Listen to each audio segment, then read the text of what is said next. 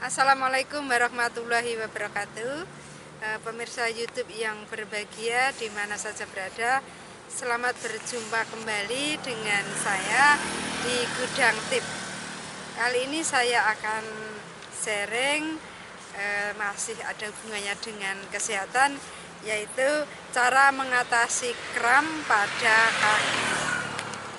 Nah, kram di sini sudah tidak asing lagi bagi kita ya, karena sekarang kram itu tidak hanya menghantui bagi orang-orang yang sudah tua aja, tetapi remaja pun banyak yang terkena kram. Nah, seandainya pemirsa mengenai atau mengalami kram seperti itu, tidak usah panik ya, karena kita bisa mengatasi sendiri ya. Sebelumnya kita harus tahu dulu di sini kram kaki. Kram kaki itu apa?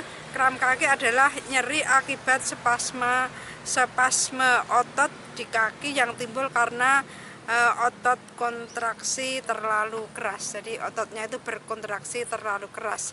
Jadi akhirnya terjadi kram pada kaki kita.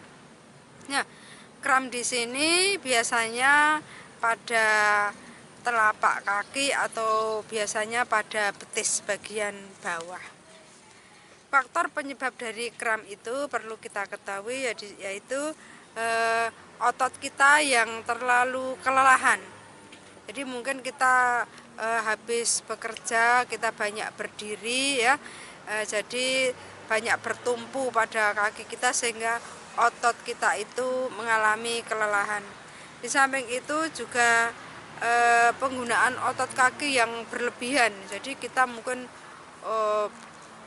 banyak sekali kegiatan ya yang harus bertumpu pada kaki, sehingga kaki kita itu banyak sekali tumpuannya di situ sehingga otot kita juga lelah. Mungkin kita juga berjalan terlalu jauh atau berjalan sambil membawa beban yang berat sehingga otot kita mengalami kelelahan. Ada juga kurangnya cairan elektrolit tubuh yang keluar melalui keringat. Jadi berkurangnya cairan elektrolit dalam tubuh itu juga bisa menimbulkan kram pada kaki. Selain itu juga penumpukan asam ya, laktat. Asam laktat, penumpukan asam laktat dalam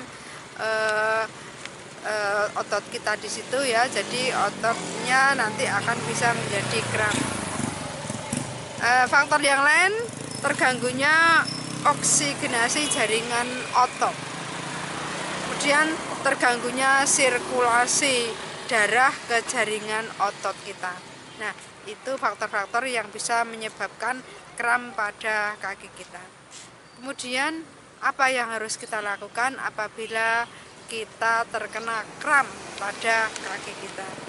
Yaitu misalnya kita sedang kram dalam keadaan berdiri ya, posisi kita berdiri atau berjalan, tiba-tiba kaki kita kram. Nah, kram itu sakit sekali karena darah di situ akan beku ya, akan beku, darahnya tidak lancar sehingga sakit sekali, nyeri, dan kalau kita paksa untuk kita luruskan nanti akan fatal akibatnya. Maka kita harus cari tempat duduk yang ada sandarannya. Bila kita berdiri, kita duduk, cari tempat duduk yang ada sandarannya, kita rilekskan kaki kita. Kemudian bila kita itu memakai alas kaki atau sepatu, mungkin itu kita lepas. Jadi darahnya itu akan mengalir di situ, akan mudah mengalir sehingga otot-otot nanti akan menjadi lemas kembali. Kemudian angkat telapak kaki. Kaki kita yang kram itu kita angkat sedikit. Kita angkat, kemudian kita tumpangkan pada benda yang lain. Jadi kita angkat sedikit, kemudian ada tumpuannya di bawah. Jangan membungkuk ya, jangan membungkuk karena nanti akan terjadi kram. Jadi malah perut kita nanti akan ikut kram di situ. Kemudian jangan sekali-kali kita menekan atau memijit kaki kita yang kram itu, karena nanti efeknya akan lebih jelek lagi. Kemudian bila kram itu telah reda, nanti kita pijit bagian yang sakit itu, kita pijit pelan-pelan, sehingga nanti darah itu akan mengalir ya, sedikit-sedikit akan mengalir dan akan normal kembali, rasa sakitnya akan hilang dan otot kita menjadi lemas. Nah, jangan lupa duduk ya, bersandar di situ. Kemudian secara perlahan-lahan otot kita itu kita luruskan otot kita. Pelan-pelan kita luruskan sambil kita gerak-gerakkan, tapi gerakannya jangan terlalu keras ya. Terlalu keras nanti berbahaya.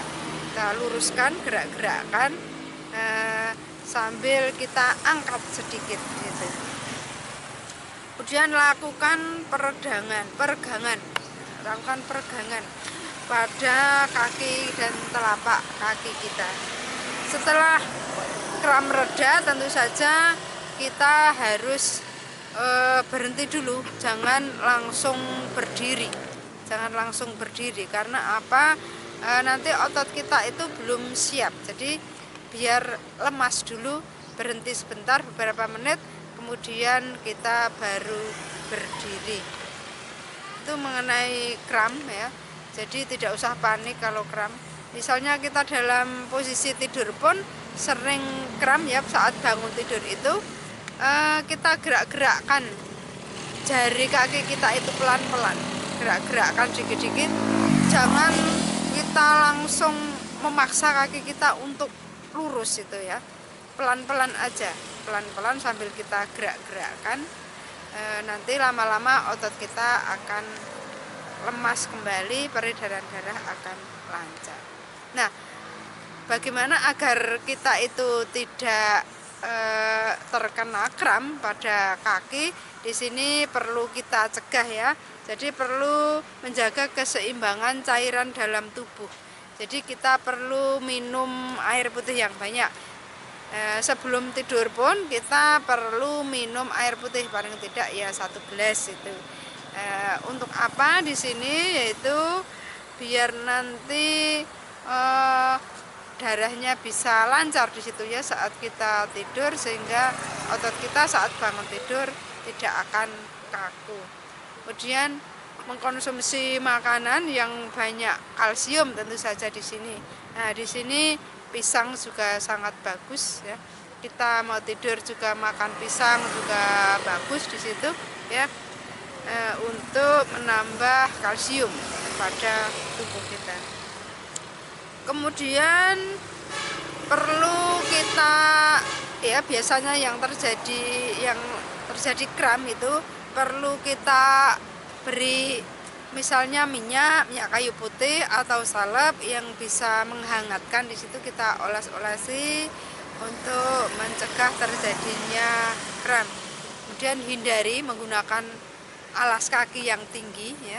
Kalau kita itu biasa kram, menghindari menggunakan alas kaki yang tinggi, atau mungkin kalau kita menggunakan sepatu, kita sesekali melepas sepatu itu agar darah kita lancar. Kemudian pilih sepatu yang depannya itu longgar, jadi jangan terlalu sempit, karena jari kita ini akan menguncup, peredaran darahnya juga akan terganggu. Kemudian menggunakan sepatu, pilih sepatu yang jangan terlalu ketat atau bahannya itu terlalu keras, karena nanti akan mengganggu peredaran darah kita.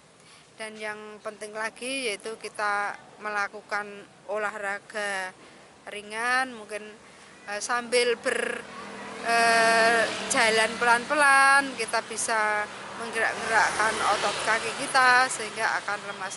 Dalam keadaan duduk pun kita juga bisa berolahraga, misalnya kita bekerja, kita duduk sambil berolahraga kaki, misalnya sudah terasa kaki kita itu capek-capek itu kita gerak-gerakkan sambil melepaskan sepatu, kita angkat kaki kita sedikit, kita gerakkan ke kanan kiri. Nah, itu nanti bisa mengurangi atau mencegah terjadinya kram. Oke, kalau pemirsa mengalami kram tidak usah panik, coba praktekkan aja resep seperti ini ya, mungkin ada manfaatnya.